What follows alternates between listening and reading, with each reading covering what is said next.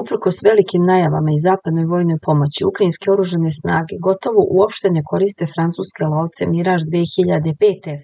Iako su 3 ovakva aviona isporučene iz Francuske još na proleće 2025. godine, oni se izuzetno retko pojavljuju na nebu iznad Ukrajine. Stručnjaci koji prate tok sukoba navode da se ti avioni uopšte ne spominju u izveštajima o gubicima ukrajinske avijacije, za razliku od sovjetskih MiG-29, Su-27 i američki F-16 koji redovno stradaju u vazduhu.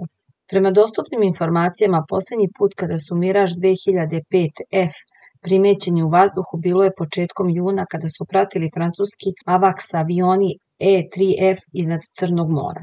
Iako su u početku planirani kao nosioci krilatih raketa Scalp EG i pametnih bombi, ovi avioni se danas gotovo ne koriste u borbenim misijama.